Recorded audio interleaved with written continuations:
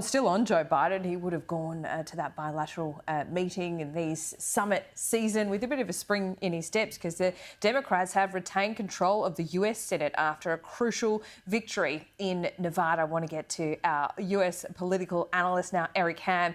Eric, we spoke a lot over the last couple of weeks, and this is quite a stunning result for the Democrats. Before I left the US, Nevada was still in play, no longer. So it all comes down to Georgia, doesn't it? Well, it does. And actually coming down to Georgia just means extending the lead for Democrats in terms of their control in the Senate. And we saw this play out. And of course, many of the polls and pundits had Republicans with a red wave. But what we saw here were the Democrats who voted early. And we saw a lot of Democrats vote early. Remember, going into Election Day, Democrats had a 5 million vote lead nationally over Republicans. And there was the question, could Republicans actually catch up to that lead? Apparently not, because what we are now seeing is Democrats will control the Senate and likely extend. And even though right now projections are showing that House Republicans will hold at least a 3-seat majority, it's still unclear at this time because there are a number of seats that are still outstanding. All right, Eric, so here we are, almost a week after Election Day. The Democrats hold the Senate. So just for our viewers, the US Congress is made up of the House and the Senate. The Democrats retain the Senate, no red wave there. The House, they were predicting a 20-seat majority. And you saying at the moment it's 3? It's 3. Wow. How did that happen? Yeah. Well, I think what we saw here, again, I think what many people underestimated, or what many pundits, many pollsters just failed to recognize and pay attention to, was the early vote. Look, early voting across the United States began back in October, or the first week of October. At that point, polls simply did not matter. What you needed to do was look at what voters were actually doing, not what they say they were going to do, what they were actually doing. And what we saw was voters in droves going to the polls early and voting. And so I think that's how Democrats are able to blunt what we're seeing. In fact, just to give you a greater understanding of how this played out, if Democrats took a shellacking in New York, right now it looks like they're going to lose anywhere from 5. The Democrats will lose anywhere from 5 to 8 seats in New York alone.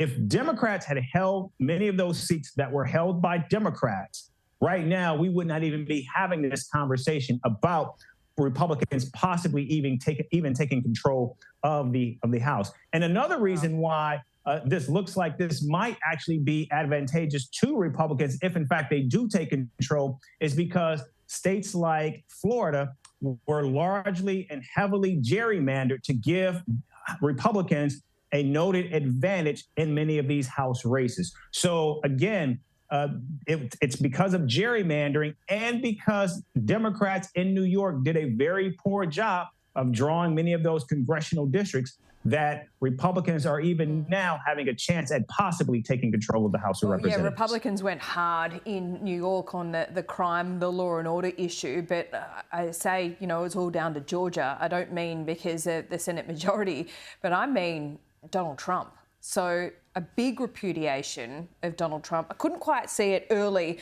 on election night, but as the results started to come in, you could see that this was really bad for Donald Trump. He still has got these big announcements on the 15th of November. Then there's the Georgia runoff. If he announced that he's running for president in 2024 and then the Republicans lose Georgia, I mean, there's a direct line from that to him, isn't there? It doesn't look good for him. Oh, absolutely. In fact, we know right now from many of our sources that many of the advisors surrounding Donald Trump are begging, pleading with him not to announce that he is running for president. It's also interesting to note. Eric? I mean, he's made this big song and dance, all these teasers over the last couple of weeks. I mean, Mick Mulvaney suggested he could maybe use this big announcement to announce an exploratory committee. I mean, that's not going to wash, is it? No, but I mean, again, this is Donald Trump. I mean, Donald Trump is known for being mercurial and very different. So he could just decide not to do it. But we also know on that same day that former presidents George W. Bush and Barack Obama are holding 2 separate conferences and summits focusing on disinformation in politics.